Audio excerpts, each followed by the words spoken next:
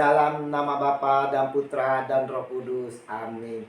Haleluya. Shalom aleihim.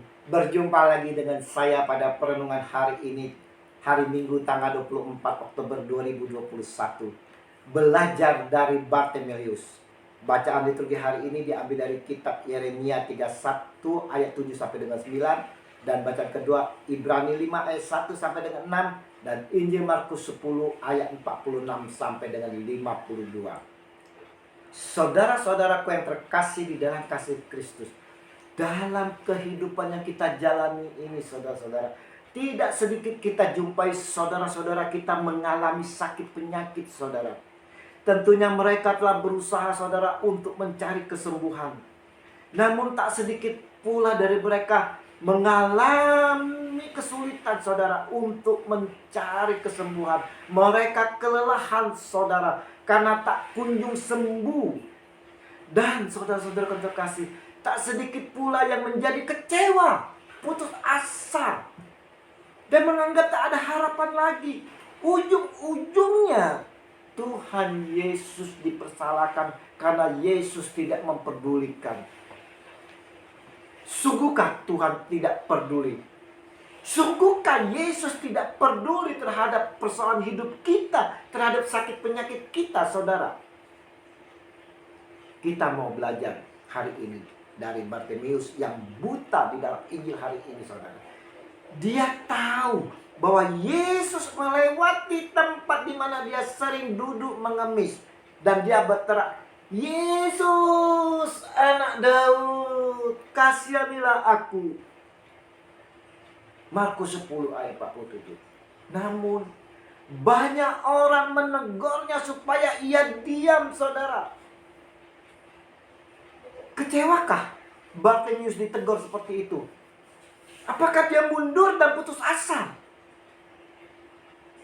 Namun semakin keras ia berseru, saudara, "Anak Daud, kasihanilah aku." Markus 10 ayat 48.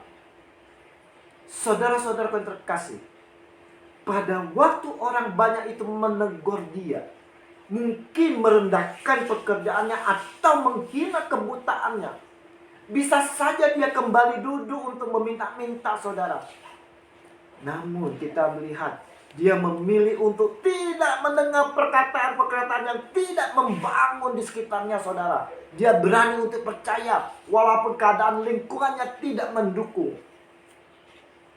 Saudara-saudara yang terkasih, menutup telinga terhadap perkataan yang tidak membangun adalah keputusan yang dapat kita ambil jika kita ingin bertumbuh lebih lagi di dalam Yesus.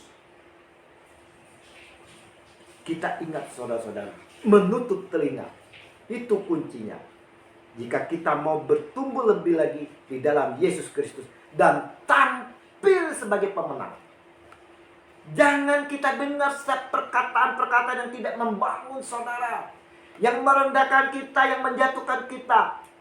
Tapi saudara-saudaraku, kita tetap percaya dengan iman sepenuhnya kepada Dia, Tuhan kita Yesus Kristus.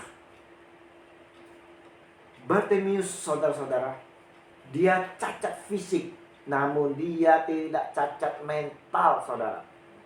Nah, apa yang terjadi jika ternyata Bartimeus juga memiliki cacat mental, saudara? Pasti dia tidak akan pernah dan tidak akan mungkin mendapat kesembuhan. Dia akan selalu menganggap dirinya adalah sebuah kesialan. Dan apa yang terjadi pada fisiknya adalah suatu takdir kehidupan. Inilah kita, saudara-saudara. Seringkali kita menilai diri kita ini adalah kesialan. Kita ini adalah merupakan takdir kehidupan kita. Ada berapa banyak di antara kita yang selalu saja melihat kelemahan tubuh dan selalu membanding-bandingkan bentuk tubuh kita dengan orang lain, saudara, sehingga membuat kita tidak pernah maju dan mencapai puncak keberhasilan yang maksimal. Mensyukuri apa yang Tuhan berikan di dalam diri kita dan mau untuk berubah adalah kunci keberhasilan di hidup ini, saudara. Tetap bersyukur dan selalu percaya akan Dia. Jadi, Pelajaran pertama tadi kita dapat melihat dari Bartimeus adalah menutup telinga, tidak mendengarkan perkataan-perkataan yang tidak membangun. Yang kedua, saudara, mensyukuri apa yang ada di dalam diri kita. Kita melihat bagaimana Bartimeus menanggalkan jubahnya dan mendapatkan Yesus, saudara. Jubah di sini berbicara tentang dosa atau perbuatan yang lama. Bartimeus bersedia menanggalkan jubahnya yang lama dan menerima jubah keselamatan yang baru dari Tuhan kita Yesus Kristus. Tidak akan menjadi mukjizat di dalam hidup kita jika kita masih nyaman menggunakan manusia yang lama, saudara. Kita pun, saudara-saudara, saat ini semua juga orang buta secara rohani. Adakah kita seperti Bartimeus yang mau selalu berseru meminta pertolongan kepada Yesus? Hai anak Daud, tolonglah aku. Adakah kita mau tetap datang walaupun dihalangi oleh berbagai kesukaan, kenyamanan, dan kedagingan kita, saudara? Maukah kita menanggalkan manusia lama kita di dalam pertobatan dan menerima manusia baru kita yang diberikan oleh Yesus Kristus? Renungan minggu hari ini, saudara-saudara, mau mengajak kita semua untuk memperbaharui hidup kita. Memperbarui hidup kita. Kita diajak berani untuk keluar dari lingkungan yang tidak baik. Menerima diri sendiri. Dengan selalu mensyukuri. Percaya diri, tidak minder, tidak mudah putus asa.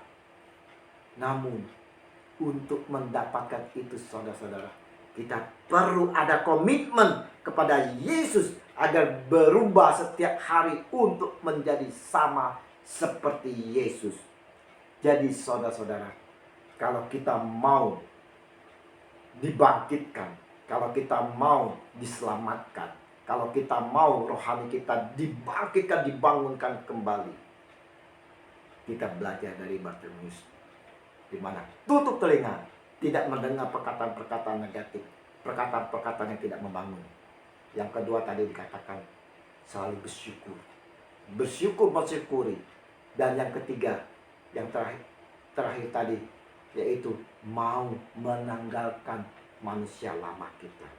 Mari saudara-saudara, apapun situasi dan kondisi kita saat ini, percayalah saja hidup kita di dalam penyelenggaraan Dia, Tuhan kita Yesus Kristus yang memberi hidup.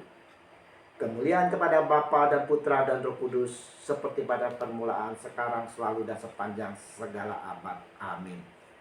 Dalam nama Bapa dan Putra dan Roh Kudus. Amin. Selamat berhari Minggu. Mari kita persiapkan hati kita bersama keluarga kita untuk menyambut Tuhan kita Yesus Kristus di dalam perjamuan Ekaristi. Dan terimalah, karena kita diutus. Hore! Shalom!